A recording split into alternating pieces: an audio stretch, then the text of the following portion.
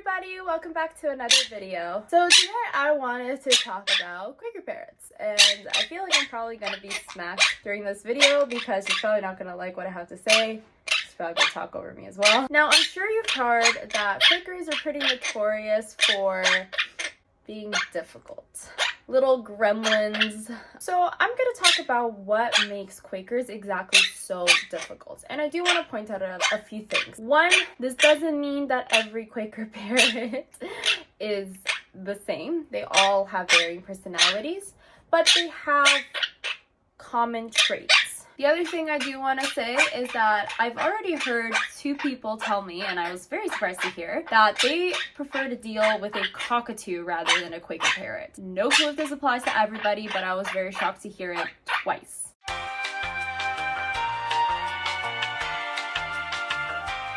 And third, there is a large reason why Quaker parrots are so given up. They are popular parrots of choice. They are invasive species in a few states in America that they're illegal to have. And there's a lot of reasons for these things that we're going to get into. So if you're thinking of getting a Quaker parrot, I hope that you consider this video. It is not a video to discourage you, to say, hey, just don't get one point for them. There's a lot who need homes. It's more of a video to talk about more of what to be prepared for and what to expect. A lot of people see a lot of Quaker videos of them being funny, quirky, they're talking, they're singing, just like people see a lot of my videos. It doesn't encompass the full reach of owning a Quaker parrot. Now, the first thing I'm going to talk about is their puberty. So usually around the age of 1 year old is when I most see people giving up their Quaker parrot. They start to say, you know, all of a sudden the Quaker turned really mean. They started biting me, you know, they just started hating me. I don't know why. Can't deal with them anymore. Gives them up. People forget that there is such thing as puberty in birds. When you get them as cute little babies, they're all nice. They'll be nice to you. Oh my god, you're talking over me.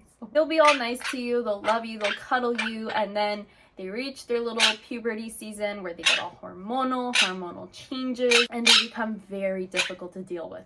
Some Quakers, puberty is worse than others. Very few Quakers go through their puberty minimal, like very minimal problem. Most Quakers will get very aggressive, very mean. They already are notorious for just randomly turning around and biting you, plus their puberty. I had a very difficult puberty with mine. It packed me a lot. So when people fail to acknowledge this stage of their life, they fail to be prepared to deal with it.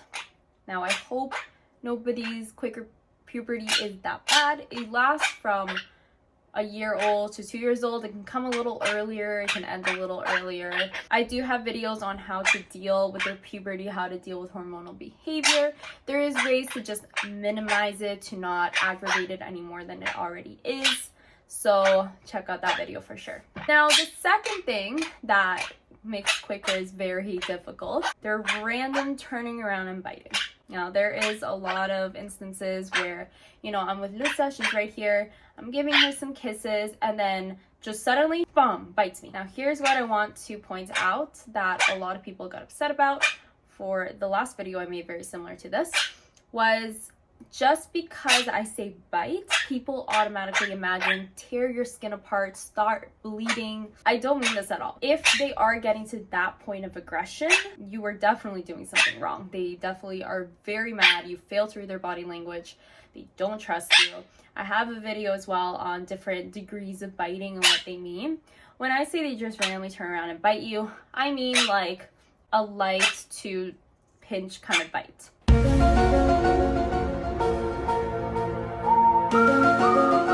They'll also bite over small little things. When I try and lie down in bed to take a nap, she doesn't like it. She'll get on the bed, run at my face, and try and bite me to just tell me, hey, you're not allowed to do that. If I'm on my phone and I'm not giving her attention, she will immediately go and just bite me. Sometimes it's not super light, sometimes it can reach a bit of a light medium stage, but they are very quick to respond with biting. Obviously, I try and minimize this as much as possible. I don't allow this behavior, but it does happen. There's only so much you can do. Now, with any bird, they are very attention needy. They need constant stimulation. They need to be doing stuff, otherwise they get bored very, very easily. They're not much of tired, sleepy parrots. kind of like how cockatiels or conures might be. While they are hyperactive, they also like to cuddle and take naps. Quakers are just very, I need to constantly be doing something. I need to be stealing stuff, I need to be biting stuff, I need to be bothering you. It's very much that type of parrot. I reference so many of my videos, but I also have one about how to keep them independent so that they have stuff to do, so you can get stuff done as well. If you're a Quaker Parrot fan, then make sure to check out our Etsy shop. We have so many fun little Quaker themed stuff. I think a lot of you will relate to this one. It's got in keychains. So as you can tell, I really love this design. Heart-shaped key. We also have different size little birthday cards. So yeah, check it out if you want Quaker Parrot themed stuff, and we have pins coming in too. For all you bookworms, you guys can definitely purchase our bookmarks here on our Etsy shop, and I have attached a Quaker feather here. We also have Mango's feathers on another bookmark, but if you guys need a cute little bookmark with feathers, check it out. They're also very social birds. So like I say, they get bored very quickly and they need to be socializing.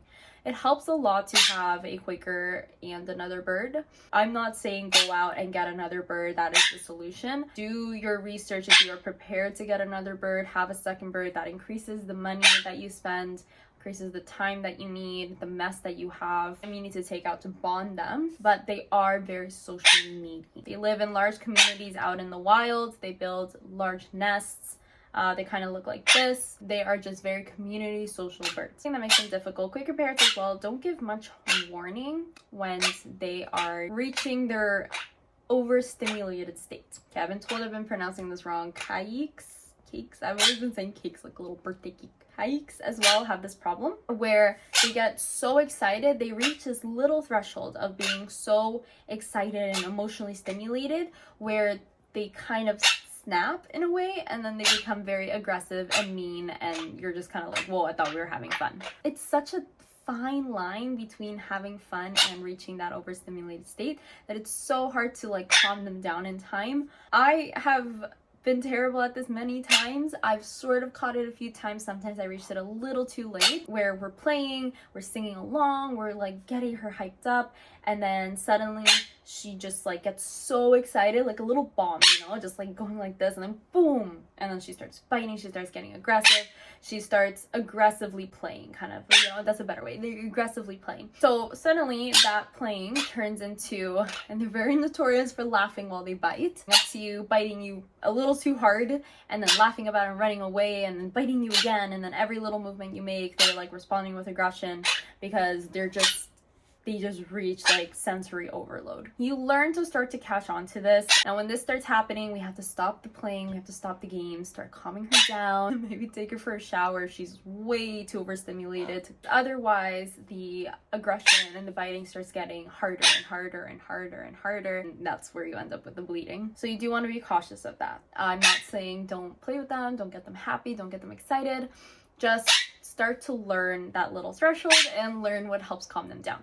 If you even need to put them back, give them some space, give them some time. I've had to do that too until she starts to calm down, come back to the room, and she's good again. They're extremely jealous birds too. Now, while a lot of birds are jealous birds, these guys will respond with a lot of aggression due to their jealousy. Usually it's very hard to have guests around them, have partners around them. It can be difficult, and they take a lot of time to bond, and a lot of the times a lot of bites to take. My parents took about 3 months every single day, spending time with them, talking to them, giving them treats, learning their body language, not to handle them, just getting used to their presence. Now they're very bonded. They love my parents. She will choose a person every day that she likes, and then you can't get near her or that person or she will bite you. Doesn't matter if I'm the main owner, doesn't matter if I'm her main bonded love.